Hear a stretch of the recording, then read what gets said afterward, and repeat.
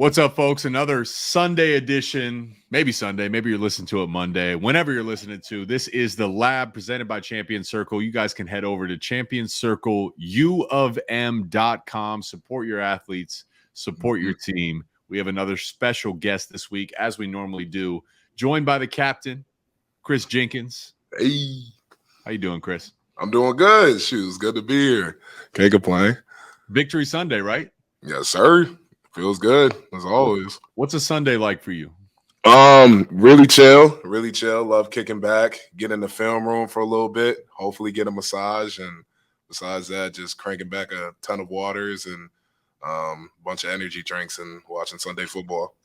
Yeah, so we talked to Blake earlier, and he mentioned he did get a massage. You said hopefully. Does that mean you didn't get a massage? What are you doing to take care of the body today? Oh, yeah. Well, I did get a massage. I got in the tubs. I got a massage. The only thing is sometimes, sometimes I end up doing other things and then, forget I got a massage scheduled at that time. So I'd be all over the place. But it blends together at this point in the year, right? Oh, yeah. It all So I've been excited to talk to you because I remember I got the chance to watch you guys practice back with the Big Ten Network in camp, and I was talking to Coach Herb. And I always like to ask the strength coach because they know the team as well as anyone. I'm like, hey, man, who should I have my eyes on this year? And he said your name literally without hesitation. And then as he was talking about you, his smile grew, and he said, yeah, I gave him a nickname. I was like, oh, yeah, what's that? He said, yeah, I call him the Mutant. And I remember that video of you taking the 150-pound dumbbell and doing the Russian get up or Turkish get up, whatever it's called. Yeah, that's fitting. Yeah. Nah, that was back in sophomore year. He came up with that. We did the little pre player meetings where he got up in front of everybody, by position group, basically gives an honest, review of how this player came into the, summer training cycle, what his attitude was, how he's ready to work. And basically, I was a sophomore. I didn't really get no playing time up until then. So, I didn't know what he was going to say. And, he just got up there. He was like, Kris Jenkins is a mutant. Everybody was like, and that, ever since then, it's stuck. So, yeah, but. The whole team, so you're sitting in the team room. This is what people need. You got to paint the picture for him, right? So Herb is in front. There's like a little 20 by 5 foot strip in the front of the room, and then everyone's in like a theater type seating, and they're all looking at Herb. So it's quiet, but then anytime someone pops off with a statement, the whole room goes, right? Yeah. Like they're like, you can feel it. How'd you feel in that moment? Oh, I felt on top of the world because I honestly wasn't expecting that. I didn't really know how I was doing. I just tried to come in there and take care of business. I was still trying to earn my stripes. So, when I heard him say that, and Coach Herb's top dog, so I heard him say that, I was like, okay, It's funny, right? Because sometimes there's like the freaks list, like Bruce Feldman's freaks list, right? Mm-hmm. And a lot of people would be like, man, I don't want to be called a freak, but it's such a compliment to be called a freak in football. Oh yeah. Mutant. I've never heard anyone else be called mutant, but damn, man, I wish I was called mutant. Like, feels good to be called mutant. Nah, dude. Oh, absolutely. even when I walk into the training room and they're like, "What's good, mutant?" I'm like, oh yeah, that's awesome. And you're an anime guy, right? Huge. So I'd imagine there's some parallels there. I'm not too big. I actually just started Avatar, which I'm into. I'm into meditation. I'm into sauna. I'm into all that stuff. Okay. So I really think that show's got something. I think it's a good show, but I think there might be layers to it. But from an anime standpoint, mutant anime, is there some parallels too? Really, I'm trying to think. There's not a lot of crazy, mutant. There's some Teenage Mutant Ninja Turtle anime.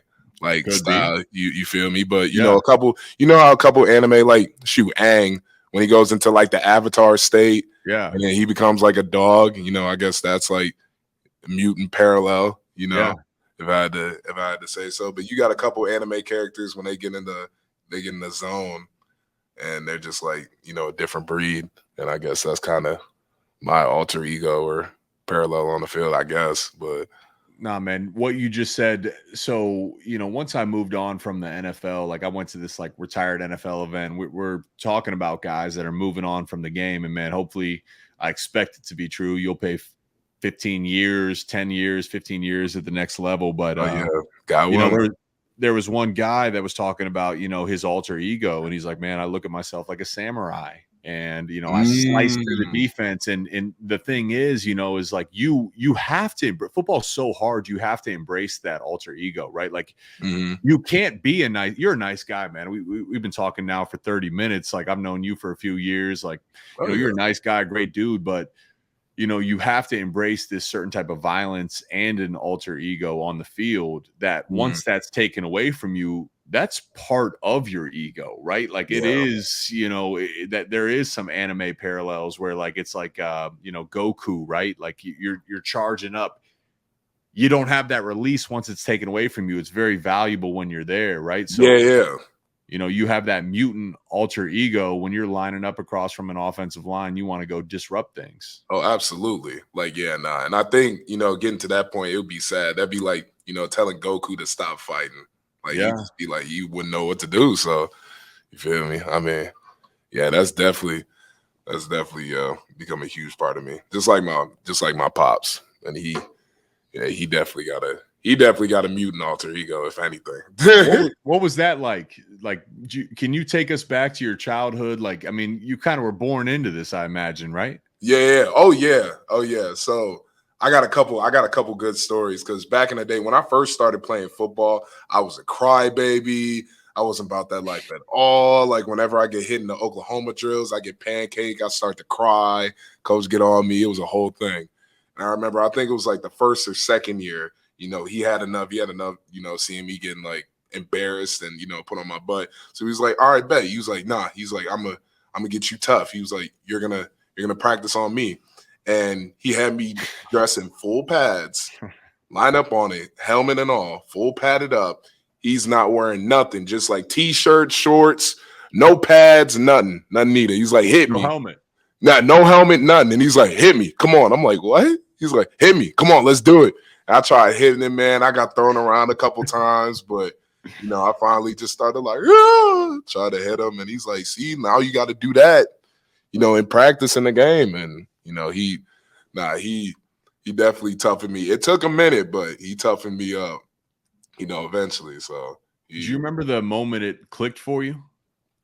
Honestly, yeah, I kind of do. There was a game, I think when I want to say when I was in 6th or 7th grade, there was a game. And by that time I was still scared to hit. And we were going against he was like a big QB. He was probably like 6 foot around that time. And we were still short. And he was stiff arming everybody and everybody was getting put on their back. We were all scared to tackle him. And I think I came around the edge one time. I didn't stop. I completely trucked him. Helmet came off, everything. I showboated on top of him. I was like, ah! My dad was cheering and he ain't never cheered. So I was like, okay, bet. So I think that's when it started clicking. I was like, bet, keep playing like that. But you say we were short. I just, it's hard for me to picture you, the mutant, as a shorter guy, a smaller guy. Like, did you hit the growth spurt? Like, what happened? Eventually. I mean, I was like, I was skinny. I was a little skinny buck. It's funny. I went in like waves. I used to be like a fat, little taller, chubby kid in like elementary school. Then I like stopped growing a little bit. I got skinny as heck going into high school. And then after that, eventually I started to like buff out, and then all the Chick-fil-A meals started paying off, and then started to like buff up a little bit. But I used to be a little on the shorter side, skinnier side. So like, you because there was a big story, like the size you put on, the strength, the weight, everything. It was like a big off-season story, right? Like you kind of transformed your body. Oh yeah. I put on, I think like 20, 25 pounds this past off season. But and it's Chick-fil-A or it's a couple Cane's trips now, more like some Cane's stuff like that. But Chipotle, a little Chipotle here and there. But where's the Cane's at on campus? I'm not gonna lie, we be going into enemy territory for that one. Really? Yeah, really? We'll rally the troops. We'll get like a squad car, 3 or 4 of us. We'll go into Lansing. Just get out. Wow, that's a But trip now. Nah, for real. Oh yeah, it's a road trip. Locked. We're ready. We're ready to go in case we get run up on by enemy fans. We're like checking all angles, but nah. Hey, but thankfully the food's that good. I mean, I just had Canes this past weekend. You know, I travel each weekend, call different teams. So I got me some Canes too. I was like, wait a second. I was driving down the street. I'm like, what do I want for lunch? I saw Canes. I'm like, oh yeah, man, it's been a while. I'm gonna take some Canes. You know, Oh it was yeah. good. But Chipotle, it's funny because you know I was 209 pounds as a tight end when I graduated early, and you know coming out of high school graduation, you get those graduation parties. Most of my gifts were Chipotle gift cards, so I put on like 30 pounds by just going straight to that Chipotle on State Street and getting double wrap, double meat, double rice, whatever. Just Oh yeah. eating, you know, putting on the weight. Oh yeah. Nah, that Chipotle definitely come in clutch, especially during camp too. For sure. For sure. So we were talking in the pre-show and you know, you were talking about this, you know, we already touched on it, the pivotal moment in your early career when it kind of clicked for you, but then there was the moment here at Michigan when it clicked for you. And you know, here you are, man. Like, I mean, you easily could have left last year, right? You easily could have left. You're an NFL player still playing in college, but it wasn't always that clear for you. And you had a couple moments earlier in your career where things clicked. What were those moments? So one of the biggest moments was sophomore year.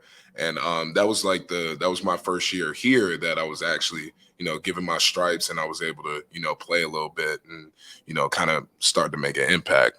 And unfortunately, you know, one of my worst memories was when we went up to Lansing that year, 2021, and we played Michigan State at their home field back when they had Kenneth Walker. And unfortunately, yeah, that was one of my worst games because I was completely out of luck. I wasn't in focus, and I was making too many MAs because I was trying to be, you know, you feel me? I was trying to be a superhero. Yeah. And I remember specifically, man, there was like one play, and this was back when we're up like by a touchdown, and they had the ball. And I'm trying to be a superhero. And we had like a stretch coming to my side. I'm holding the double team. I'm supposed to stay in the B gap. That's my job. That's our responsibility. And we talk about no star defense all the time. So we're like, do your job. Everybody else is going to do their job. You know, like we work as a unit. So me wanting to be the hero, I didn't do my job. I wanted to get out, go from the B gap to the A gap. I thought I could tackle him in the backfield. So when I dive for him and I miss, I roll over. By the time I, you know, look up, all I see is him and daylight, and he just runs like 40 yards right into the end zone. And I'm just looking in disbelief, getting into the sideline, you know, feeling like trash. You know, they scored a 2-point conversion, they tied up, and then, you know, unfortunately things went south from there. But, you know, that really started getting me thinking, and it's like, okay, like I want to be more of a team player. Like it's really not all about me. Like when I play, and that I think that was my pivotal moment. That one is not all about you when you're playing, like when you're playing football. Like you can't just play for yourself. You got to play for your coaches, your teammates. Like every time that you're out there, you really gotta be mindful of that and be cognizant of that. Because if you don't do that, you're really not gonna be able to play for real, play for your team. Right. And another thing too was, you know, taking film seriously. And, you know, unfortunately, you know, another that really came into play Georgia game that same year. And I remember I was really feeling myself because we just came off that big win in the Big Ten championships, and I had a really good game then. I was getting a little bit of hype and all these, you know, on Twitter. I was getting a couple shout outs, getting a couple texts. So I'm like, okay, I'm the man now. I guess I'm the man. So I'm not really taking my playbook seriously. I'm not really looking at film like I should. You know, come game time, I'm not where I should be. You know, there was like 6 or 7 plays where I'm doing my wrong assignment. And, you know, that cost us on a couple drives on the field to the point where I couldn't help our team produce. I got to get out the game. You know, just being in that position where, you know, like, dang, like I'm helpless. I can't do anything to help my team out. Like I really put myself in that position. That completely changed, you know, my mindset. And, you know, going into that next year, I was really just thinking, how can I really be a team player? And that was never really a thought that crossed my mind before because, coming out of high school, I was the man, I was the guy making all these plays, whatnot. And now, I come to Michigan and it's a completely different mentality. This is a team. This is a defense. This is a unit. You don't play for yourself. You play as one. So Yeah. I don't like to say it, but fortunately I had those experiences, really get my stuff together. But No, it's true, man. And I've that's a theme that when I talk to other guys, like I've talked to Blake, I've talked to Roman, and it's funny because that comes up. I know it to be true myself that where like the worst things that have happened to me, have become some of the better things to happen to me. The perspective gained from those challenges, have been really, really beneficial. And now you being a leader on this football team, like you're a better leader because of that. You look back to the Michigan State game, just to even go back to that and start with it. Like you were trying to make a play. It wasn't a selfish thing, right? Like you saw a gap, even though you knew that wasn't your gap. You're like, oh, the running back's going there. You're trying to make a play. But you had a linebacker there. That was not your job. All of a sudden there's two in the hole, bang, and it cost the team. And you're sitting there on the sidelines trying to do something good, but paying the price for not doing your job. What is it, man? Because you guys got a great defense, the no-star defense. You talked about this. It takes trust. How's that trust built, though? You guys trust each other. Where is that built? It doesn't just show up on Saturdays. Oh yeah, it's really built through all the time in the off season. All that time we spend together. In the weight room, in the film room. Working together, all that team chemistry. Even all the time we spend together. Without the coaches around, really just trying to learn from each other, even asking each other questions about what they're thinking on this play and etc. Really just like almost coming like interlocked with each other, if that makes sense. Like to the point where you're like, okay, the second you get on the field, you know exactly where they're going. You know exactly what they're going to do. If you're in this position, maybe I'm getting double teamed, but I know if I'm getting double teamed, Junior's going to come free. He's going to make that play. I know if the ball's not coming to my gap, oh, Jay's about to come through and absolutely, demolish it, ruin the play.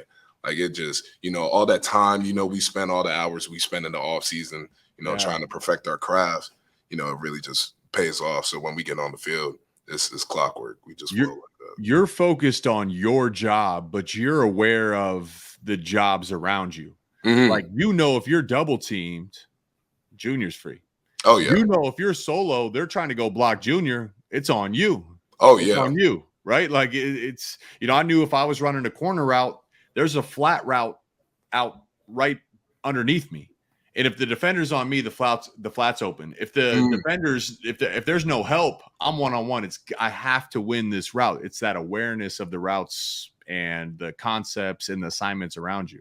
Yeah, and that comes with, and that also too, like I could feel, I really made the jump from sophomore year, instead of just trying to learn my position, really trying to learn the whole defense. And that completely changes your perspective when you know what everybody's doing versus what you just got to do. Well, part of that, I'd imagine, is, this is really year 3. You go from McDonald to Minter, where it's the same defense, right? You've been in this system for a while now. So the mental growth and the familiarity with the calls, and you probably, the best thing, even aside from knowing what Junior's seeing, is knowing what the defensive coordinator's seeing, like seeing it through his eyes. And if you know why he's calling a play and where your vulnerabilities are, then you do your job that much better. No, absolutely, like completely. And and that's fortunate, especially too, and it makes it more fun too, because we got so many smart guys in that defensive room, like even the young guys for real. Like you got like Junior's one of the smartest guys too that I've ever met. When something doesn't go right, he's like one of the first people to answer it, like, oh, you didn't do this. That's why. Oh, bet we need to fix this. Oh, we're good. It's just like how everybody's on that type of page too, where it makes it easy to like make transitions, and it makes it a lot more fun to play. Do you guys talk about your goals as a defensive unit? Oh yeah, all the time. What are some of those goals? So one, a lot of those goals, and we talk about them, preseason, we talk about them for each game. But mainly we kind of the theme, the main theme goals that we do have are like being one of the best defenses in the country. We want to become, one of the most dominant run stopping, most dominant pass defending defenses in the country. Another thing too is we want to become one of the most technically sound defenses in the country. So being the best at our technique, knowing that we could stop not just a run play or not just a certain type of run play, but we could stop stretches, gap scheme, all type of stuff. We could stop screens, but we could also stop deep balls, that type of stuff. Like really just focusing on that range. And honestly, that's pretty simple. Just being the best defense in the country. That's pretty much it. I feel like that still comes back to the principle of just doing your job. Like, to stop a deep ball, your job is to get after the passer. Exactly. But, and push the pocket. You may not always get there, but as long as you're pushing the pocket and forcing a throw, it's on the secondary's job to be in position. It's on the corner's job to know where his help is and be in the right leverage. You guys, all 11 guys, do your job. I mean, that's Bill Belichick, one of the greatest coaches of all time, right? Do your job. Why is it so hard? Actually, this is a question I really don't know the answer to. Why is that so hard for people to do? It sounds easy, right? Everyone says it. Do your job. Why is that so hard to do? No, that's a real question because I don't really know the answer to that one either. I guess it'd be sometimes, you're in the moment and then you see things happen and you're like, okay, gotta make a play. Yeah. So sometimes instead of doing your job, you try to make a play. And then, that's why we talk about in the room, they're like, okay, if you don't do your job, you better make the play. Because if you don't make the play, you ain't do your job. Who gets on you? Is that a player-led thing? So you go into film, and I feel like the best locker rooms are always player-led. Oh, yeah. It seems like you guys, you already kind of teased it a little bit with Junior, but, who speaks up in those meetings? Oh, yeah. Oh, we got everybody. Honestly, everybody speaks up. You got Junior, Mike B. Know it already, probably, right? Like you know it already if you messed up. Oh yeah, it depends. It could be like D-line if we're meeting with the linebackers and we're trying to look at, all right, we're looking at the run gap scheme, and like we mess up, we go out of gap assignment, and then Mike B's like, "What are you doing over? What are you doing here, bro? Like, why are you over here?" You're like, "Up," and we, you feel me? We try to figure it out. Or if we're meeting with the edges and we're talking with Jay, we're talking with Brain, we're trying to figure it out. And even when it's just like the D-line room and you got like Mason and KG and Cam and we're all talking with each other, we're trying to figure out, like what MA is going on, all that type of stuff. Like, and that's the cool thing about our defense too, is like nobody's afraid to speak, regardless if you're like a freshman or a sophomore or a junior. Like if somebody notices something, they're gonna be like, "What are you doing over here, bro?" They're gonna make sure it gets fixed. So there's nothing that's gonna go unseen. Yeah, and that's and real. It's the accountability too, where it's like you most likely you've already seen the film. You already know as soon as a bad play happens, you're thinking in your head like, "Oh shoot, man." Oh yeah. You like, oh, can't wait to see this on film. Like, great. Yeah. But like you love that's a sign of a good team where it's like you love those guys next to you and you want to do right by them too. And they want to do right by you. And it's a circular thing where it's like, hey, we all want to do right by each other because our goals are aligned. We have big goals this year. Absolutely. And that's where that, that next level of trust comes into play, too. That's another thing that I like that we do, that we started doing too, is now we do more of like trust, like team building, trust building activities. And like one of the things we do is, we'll bring position groups up in front of the room and we'll be honest and they'll talk about their goals, like basically their objectives, their goals for the season, what they want to bring to the team. If they're a freshman, what they've done in high school and pretty much like the type of guy they want to be on the team, how they want to help the team, and that puts you, because like we described, the team room, you're standing up there in front of 120 players, coaches, staff. You're in front of there. You got to speak from the heart and the soul. Yeah. You got to be honest in front with everybody. What you plan on doing for the season, you got to stand by that. And if real. You say it like, okay, you said it, you're in my position group. If you say you want to be all conference and you're BSing and showing up late, if you say you want to be all conference and you're not taking notes in the meetings, if you say you want to be all conference and you're missing assignments, I get to hold you to that, right? Yeah. I think that's brilliant. I've always, when you go through meetings, usually it is like an audience of, for your example, defensive linemen, your defensive line coaches talking to you. But how do you know they know? Ask those guys to say it themselves. If you could teach it, then you really know it. What are your goals? If you get up in front of the room and you say, hey, here's my goals. Well, now we know you really mean that. And there's a certain type of accountability that comes with that and standing in front of the room. Were you ever asked to do that at this point? Have you been asked to do that and get up in front of the room and share your goals? Oh yeah. Like every since sophomore year, when we started that. Oh yeah. And it's kind of funny because sophomore year, I think I originally said something like, oh yeah, I want to make an impact on the team. I want to be one of the best C tackles, woo woo. And it's funny because after that, my mindset kind of changed, and I was just like, I want to be a guy that people could count on. That was my next biggest goal, junior year. I just want to do my job. I want to be someone that everybody could count on, that you could put me into the game. You won't have to worry about me, making a mistake or getting outside my gap. Like, you could trust me when you put me in there. Trust.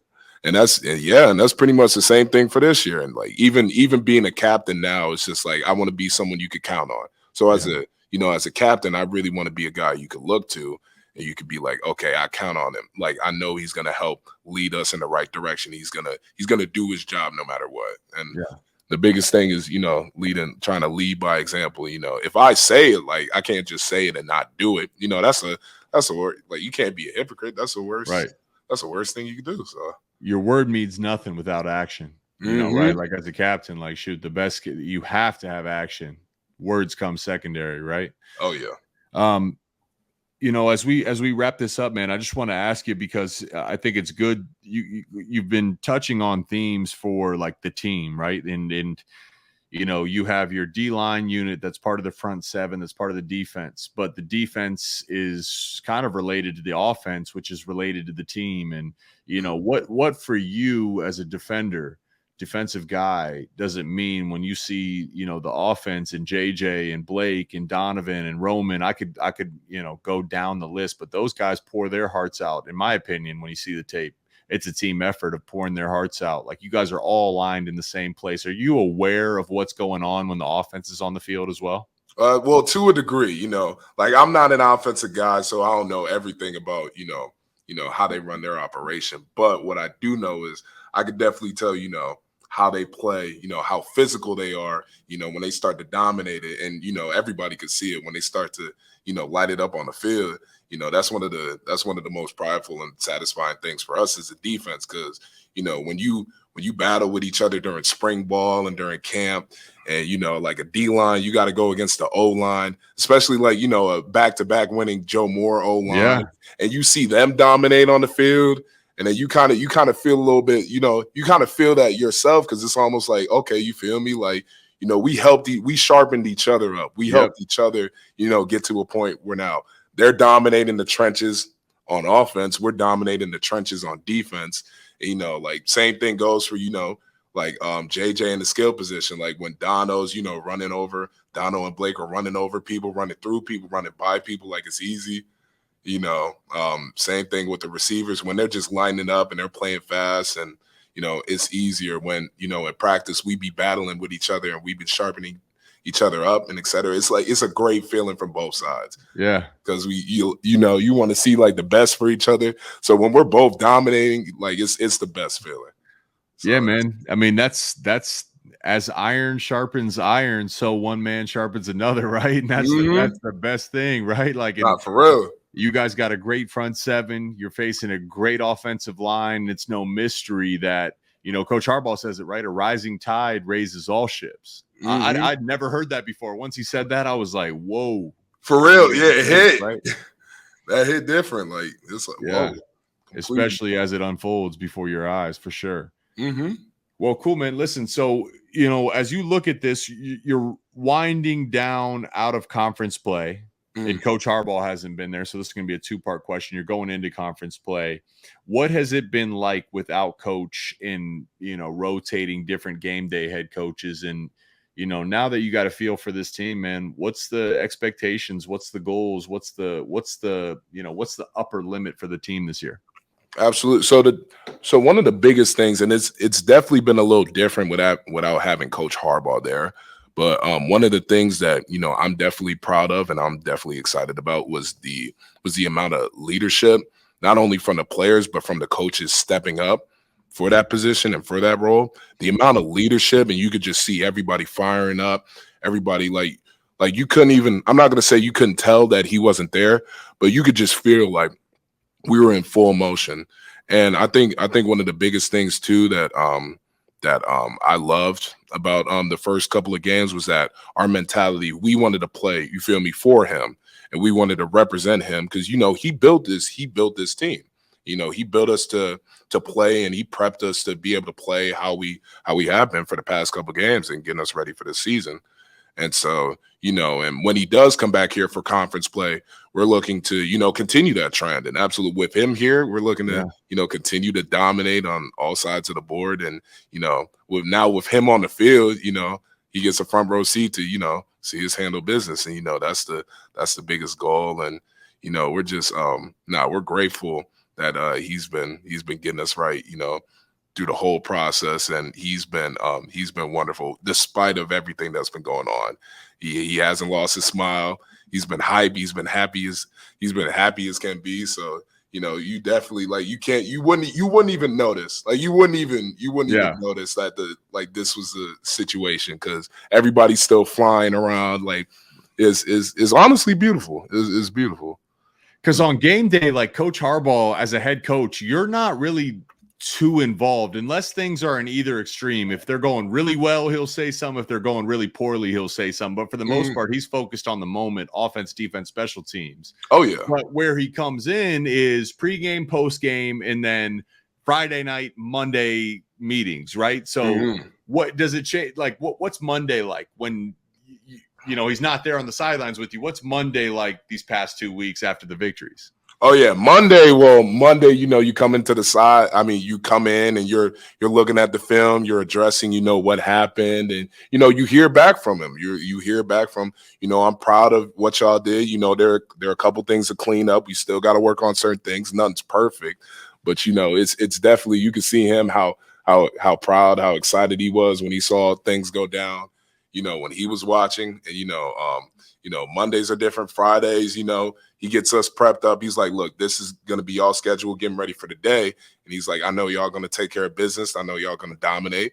So, you know, just getting us mentally prepped. He always got the best speeches, you know, on Fridays, he always got the best speeches, the best quotes, you know, before we go to sleep. And then, you know, Saturday game time. And, you know, he definitely also has some of the best pregame speeches without a doubt. So even without him being there for the past couple of games, you know, like the coaches that have been stepping up and, you know, like being incredible head coaches for the past couple of games, they've also have some incredible pregame speeches as well. You know, just getting us hyped up, getting us ready to, you know, run through a wall for real. And I know his dad, Jack Harbaugh, always had some fire speeches back in the day. Oh, man. Yeah. I mean, Jim got it from somewhere, right? I know. Oh, Jack was part of that, right? Yeah. Oh, yeah. Mr. Jack Harbaugh too. He's a GOAT for sure. I've only met him a couple times, but he's intense, man. He's such a nice guy, a jolly guy, but he's intense. He